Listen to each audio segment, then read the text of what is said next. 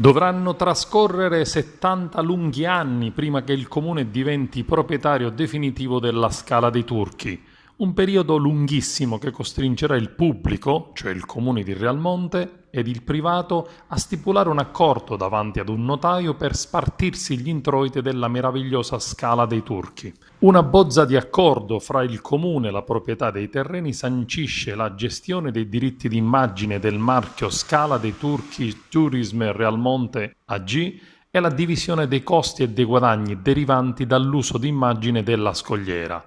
Per 70 anni il 70% dei profitti andrà al privato, mentre il 30% andrà al comune.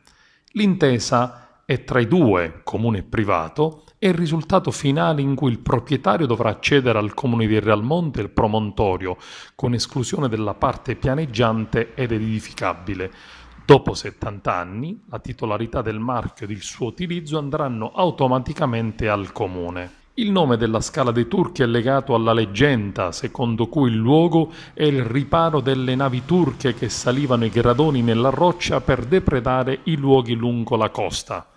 La bozza di accordo in sostanza verte sull'uso dei diritti televisivi, giornalistici e cinematografici del sito per fini commerciali e pubblicitari di soggetti terzi per le autorizzazioni.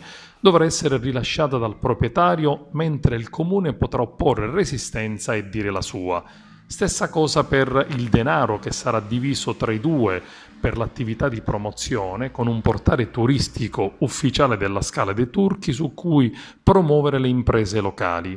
Michele Catanzaro, deputato saccense dell'Assemblea regionale, ha espresso critiche nei confronti dell'accordo. L'atto, dice, è del tutto inspiegabile. Non si comprende perché nel titolo si parli di accordo che regola anche la gestione della Scala dei Turchi, trattando solo di sfruttamento dell'immagine. Non si capisce quali sono le scelte che motivano un tale squilibrio delle percentuali di guadagni a favore del privato. Stessa cosa sull'organizzazione di eventi nella Scala dei Turchi, in cui il privato debba concedere l'autorizzazione. Non sarebbe stato più opportuno espropriare il terreno? Conclude Michele Catanzaro.